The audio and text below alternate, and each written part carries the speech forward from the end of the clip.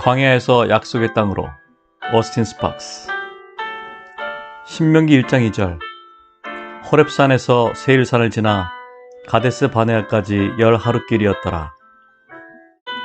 신명기 8장 2절. 내 하나님 여호와께서 이 40년 동안에 내게 광야길을 걷게 하신 것을 기억하라. 이는 너를 낮추시며 너를 시험하사 내 마음이 어떠한지 그 명령을 지키는지 지키지 않는지 알려 하심이라. 지금 나누려는 말씀은 전혀 새로운 것이 아닙니다. 우리는 10하루면 도달할 수 있는 거리를 40년이나 걸려 했던 사실과 이유를 모두 잘 알고 있습니다. 그 이유는 공간이나 지리적인 거라기보다는 차이점의 간격 혹은 다름의 간격이라고 부를 수 있는 것입니다. 만일 주님께서 이 세상에서부터 세상 왕의 폭정과 속박으로부터 구출해서 그들을 하나님의 백성이 되는 지점까지 데려가는 것에만 관심이 있으셨다면 10하루이면 목적지에 도착할 수 있을 것입니다. 주님께서 이끄시는 목적지가 단순히 객관적이거나 외적인 것뿐이라면 어린 양의 피의 가치를 보여주시고 단지 우리가 주님의 백성이 되는 것이 원하시는 전부라면 주님께서 우리를 위해 계획하신 모든 것 속으로 그분의 목적 안에 있는 모든 것으로 내일 바로 들어갈 수 있습니다. 하지만 일은 그런 식으로 진행되지 않았습니다. 11일은 40년으로 연장되었고 처음 모세를 따라 애굽에서 나왔던 모든 사람은 여호수아와 갈렙을 제외하고는 모두 다 광야에서 죽었습니다. 이것은 단지 몇 년 동안의 거리나 자연적인 의미의 측정거리가 아닙니다. 이것은 차이의 거리이며 그리스도와 우리가 얼마나 다른가에 대한 차이의 척도입니다.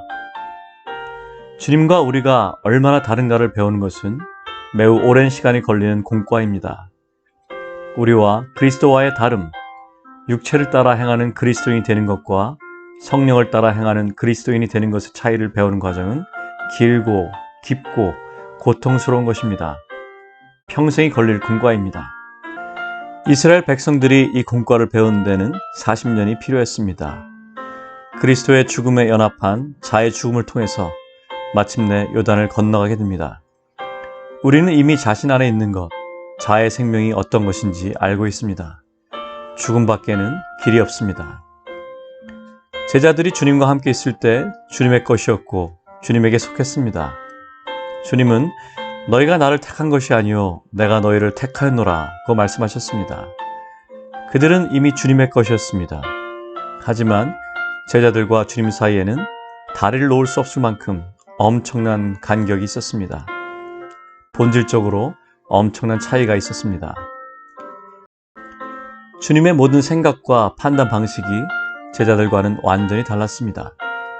제자들은 공간적으로는 주님과 같은 곳에 있었지만 영적으로는 마치 광야에 있는 것과 같은 상태였습니다. 제자들은 온 마음으로 온전히 주님을 따를 수 없었습니다. 그래서 주님께서 말씀하실 때마다 그들은 정반대의 반응을 보이곤 했습니다. 절대 아닙니다. 결코 그런 일은 없을 것입니다. 내 발을 절대로 씻지 못하실 것입니다. 주님과 제자들의 사고방식은 완전히 이질적이었습니다.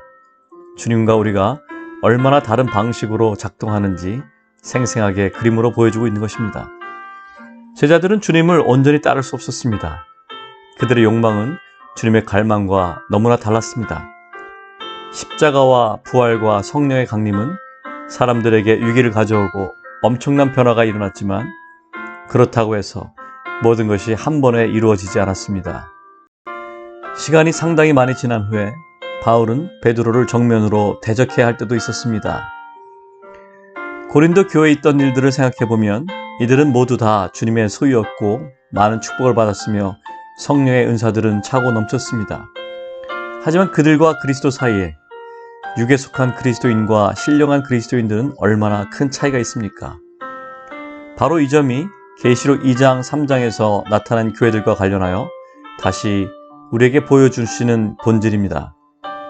주님은 각 교회에게 편지를 보내실 때 주님이 어떠한 분이신지 상징적 특징을 먼저 보여주셨습니다. 특별한 방식으로 각 교회에 전달된 계시는 주님과 그들의 차이점에 대한 도전입니다. 성령께서 주님과 우리 자신들과의 차이점을 인식하는 지점으로 우리를 인도하십니다. 이것이 광야를 걷고 있는 믿는 이들이 배워야 할 공과입니다. 성령께서는 주 예수 그리스도와 우리가 얼마나 다른지 우리가 배우기를 원하십니다. 어쩌면 많은 이들은 주 예수님을 믿고 죄사함을 체험하자마자 주님과 함께 곧바로 나아갈 수 있는 길이 열렸다고 생각할지 모릅니다. 우리의 생각과 의지와 마음, 우리의 감정과 열정을 다하여 주님을 위해 할 수 있는 모든 것을 하라고 주위에서 격려하고 그것을 힘입어 자기 자신도 주님을 위하여 어떤 것들을 하기 위해 일생을 분투하는 것입니다. 물론 믿는 이가 그리스도 안으로 받아들여짐은 완전하고 온전한 것입니다. 그리스도 안에 우리는 처음부터 받아들여졌습니다. 우리가 배워야 할 공과는 우리가 그리스도 안에 있지만 하나님께 받아들여지지 않는 것을 배우는 것입니다. 우리가 그리스도인이 되었고 이제 주님의 소유이기 때문에 우리가 할 수 있는 모든 것, 우리가 생각할 수 있는 모든 것, 우리 안에서 주님께 섬기고 싶은 충동으로 떠오르는 모든 것이나 우리가 실행할 수 있는 모든 계획과 주님을 위해 열심을 내는 모든 것들이 주님께 받아들여질 것이라고 생각하는 것은 중대한 실수입니다. 성령을 따라 행하는 그리스도인이 되는 것과 육신을 따라 행하는 그리스도인이 되는 것은 완전히 다른 것입니다. 오늘날 이 땅 위에 실제로는 주님을 섬기는 것이 아닌 거대한 종교 시스템을 가져온 것은 육신을 따라 행하여 온 기독교 때문입니다. 시스템으로서의 기독교는 외적으로 형식적인 것일 뿐만 아니라 진정한 것, 참된 것을 위협합니다. 많은 사람들이 어떤 것이 기독교에 속한 것이라면 거절하겠습니다 라고 말합니다. 참된 주님에 속한 것이 거짓된 기독교에 속한 것 때문에 거절되고 거부됩니다. 성령을 쫓아 행하는 것은 육신을 쫓아 행하는 기독교와 많이 다릅니다. 기독교의 충만한 가르침과 진리를 얘기할 수 있고 기독교 교리와 진리를 가장 완전하게 제시할 수도 있으며 소위 하나님의 말씀에 더 깊은 영역으로 바로 들어갈 수 있습니다. 하지만 그런 것들은 영적인 것들에 대한 우리의 천연적인 호기심에 지나지 않습니다.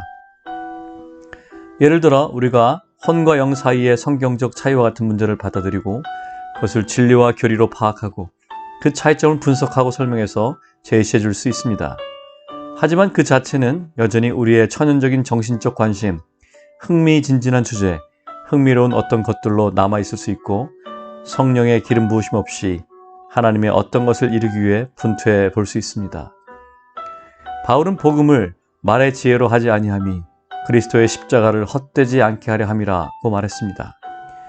즉 사람의 지혜로 전파된 것은 비록 외적으로는 복음을 전하는 것이어도 패할 수 있다는 의미입니다. 전파된 내용은 그것이 나오는 근원, 천연적인 관심, 그런 종류의 것에 대한 천연적인 끌림, 즉 외적인 기독교적 실행 때문에 무효화됩니다. 아무데도 가지 못하고 그저 광야에서 뱅뱅 돌고 도는 것과 같습니다. 성령께 속한 것은 언제나 육체에 속한 상황마다 위기를 일으키고 성령에 속한 것은 언제나 곧은 길을 택합니다. 주님은 지금 우리와 함께 무엇을 하고 계십니까? 이것이 우리가 알고 싶은 것입니다. 그분은 당신과 나, 실제로 그분의 손 안에 있는 사람들에게 무엇을 하고 계십니까? 주님은 완전히 그분의 손 아래에 있는 모든 사람에게 인간의 이해와 능력만으로는 도저히 해결할 수 없는 영역으로 우리를 인도하셔서 천연적인 우리의 능력으로 대처하는 것이 전혀 불가능한 상황 속에 우리를 몰아넣고 계시지 않습니까? 우리는 볼 수도 이해할 수도 없습니다. 우리가 해야 할 일이나 성취해야 할 일도 아닙니다. 우리는 우리의 모든 자원이 소용이 없으며 모든 것이 주님 자신에게 그분의 지혜와 그분의 힘, 그분의 은혜에 달려있음을 배우게 됩니다. 그런 것이 지금까지의 경험이라면 그것이 완전히 옳다는 것을 이해하시길 바랍니다. 여러분이 지금까지 주님 안에서 행해온 모든 것들은 전부 다 실수가 아닙니다. 사실 여러분은 매우 고통스러운 테스트 과정 중에 있는 것입니다. 하나님을 증명하기 전에 발이 벼랑 끝에 닿아야 하는 지점까지 시험하는 것입니다. 우리가 배워야 하는 것은 주님과 우리 자신 사이의 완전한 차이를 성령의 빛 가운데 철저히 알게 되는 것입니다. 그런 과정을 통과해야 이 땅에서 하늘에 닿기까지 세워지는 불법적인 거짓 교리와 인본주의의 거짓말에 맞서 우리를 세우게 될 것입니다.